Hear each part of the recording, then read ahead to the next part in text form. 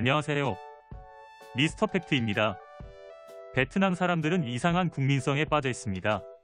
바로 한국의 기업들이 베트남의 성장의 기반이 된 게 아니라 자신들의 값싼 노동력 때문에 한국 기업이 성장했다고 생각하고 있습니다. 베트남이 있기 때문에 한국 기업들이 성장할 수 있는 기회가 되어 베트남이 기회의 땅이라고 생각한답니다. 그렇기 때문에 툭하면 파업을 하고 무단결근을 하는 등 자신들이 갑질을 하면 한국 기업들이 낮은 자세로 대응을 해줄 거란 착각을 하고 있죠. 이는 국민성과 상당히 밀접한 관계가 있답니다. 미스터 팩트.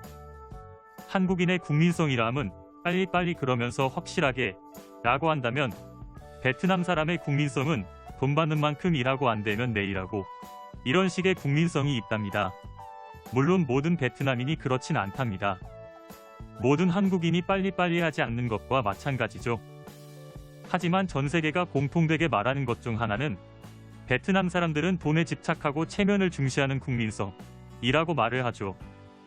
이런 국민성들이 독특한 베트남의 문화를 만들어내고 있죠. 이러한 베트남의 악재의 악재가 겹쳤다고 할까요? 삼성이 베트남에서 철수한다고 해서 베트남이 난리가 났죠. 삼성의 베트남 내 총매출은 베트남의 국내 총생산의 30%를 차지하는 실로 어마어마한 기업이죠.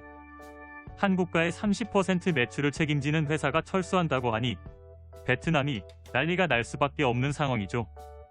모든 베트남인들이 그러는 건 아니지만 대부분의 베트남인들의 국민성을 말하자면 개미와 배짱이 동화에서 나오는 배짱이와 똑같죠. 일은 하지 않으려 하면서 많이 받길 원하고 또한 월급날이 되어 월급 받자마자 연락도 되지 않고 심지어 국내에서 소상공인들이 베트남인들을 고용할 때 출근만 잘해줘도 감사하다는 소리를 할 정도랍니다. 이런 모든 걸 감안하고도 베트남에서 회사를 운영하던 삼성이 결정적으로 회사를 철수하게 된 이유는 무엇일까요? 크게 보면 두 가지인데요. 바로 산업 스파이와 베트남 국민성입니다.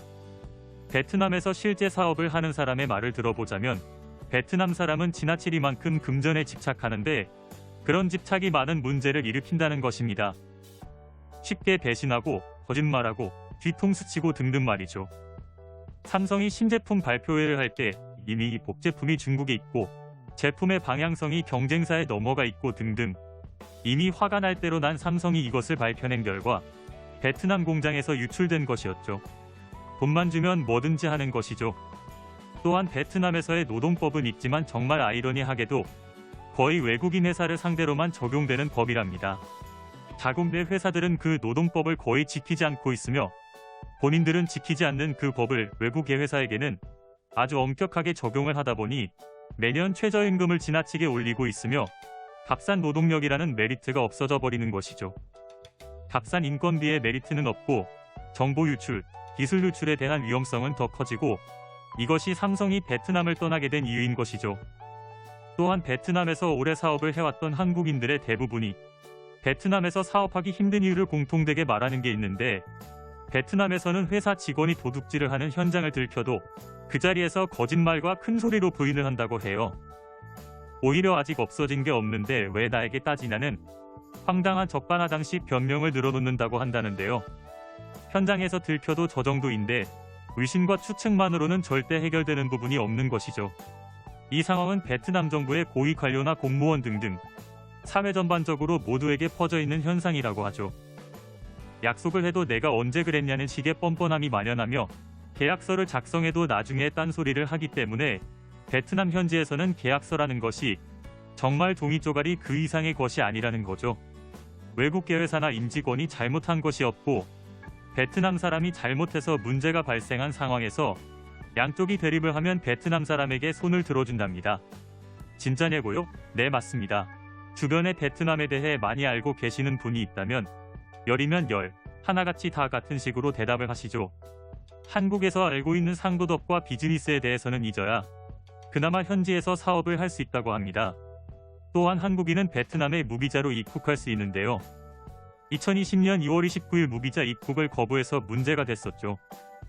문제는 무비자로 입국을 거부해서 문제가 된 게 아닌 이미 출발한 비행기가 있는데도 불구하고 베트남 하노이 공항에 착륙을 불허하는 바람에 베트남으로 출발한 아시아나 비행기가 긴급 회항하는 사건도 벌어졌었죠. 베트남 시각으로 오전 8시 15분부터 시작한다는 내용을 8시 30분이 되어서야 각 항공사에 전화로 통보했다는 것이죠. 문제는 이미 인천에서 하노이로 출발한 비행기가 있는데 이륙 후 40분이나 지난 뒤 연락을 받아서 다시 인천공항으로 회항을 한 사건이죠. 당시 베트남 공항 당국은 정확한 이유를 밝히지 않았지만 코로나 감염증의 여파라고 판단했었죠.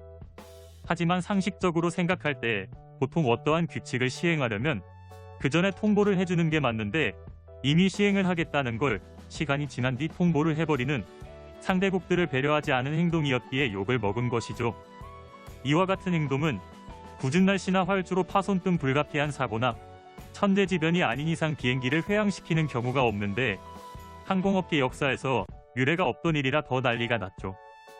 문제는 이같이 피해를 본 고객들이 있으면 보상을 해야 하는데 3월 12일부터 환불 접수를 아예 거부를 하였으며 6월 15일부터 환불 접수를 재개한다고 하여 더 난리였죠. 항공사마다 환불 절차가 빠르거나 늦을 순 있지만 이처럼 아예 신청 접수를 거부한 건 처음이었죠. 또한 베트남 항공은 이미 환불 신청된 건도 3개월 이후부터 절차대로 진행한다고 하였죠. 또한 베트남에 여행 가시는 분들이 당연히 예약하셨을 숙소 취소건도 상당히 말이 많았죠. 상당수 분들이 항공권 취소까지는 어떻게 처리했어도 숙소 취소 부분에서 취소가 안 돼서 피해를 보신 분이 많았죠. 아무래도 국가 자체가 공산주의 국가이다 보니 민주주의 국가와 정서적으로 맞지 않는 부분이 분명 있는데요. 아무리 그래도 이런 부분은 국가 대 국가로 따져서 사실 하면 안 되는 부분들인 것이죠. 이처럼 기업들이 베트남을 떠나게 된 이유를 요약해보자면 베트남의 국민성이 업계와 고객의 요구를 따라가지 못한다 라고 결론을 내릴 수가 있겠네요. 오늘 이 시간에는 베트남 국민들의 성향 및 베트남을 떠나는 기업들의 이유에 대하여 알아보았는데요. 다음 이 시간에 더 좋은 내용으로 찾아뵙도록 하겠습니다. 구독, 좋아요는 컨텐츠를 만드는 데 큰 힘이 됩니다. 감사합니다.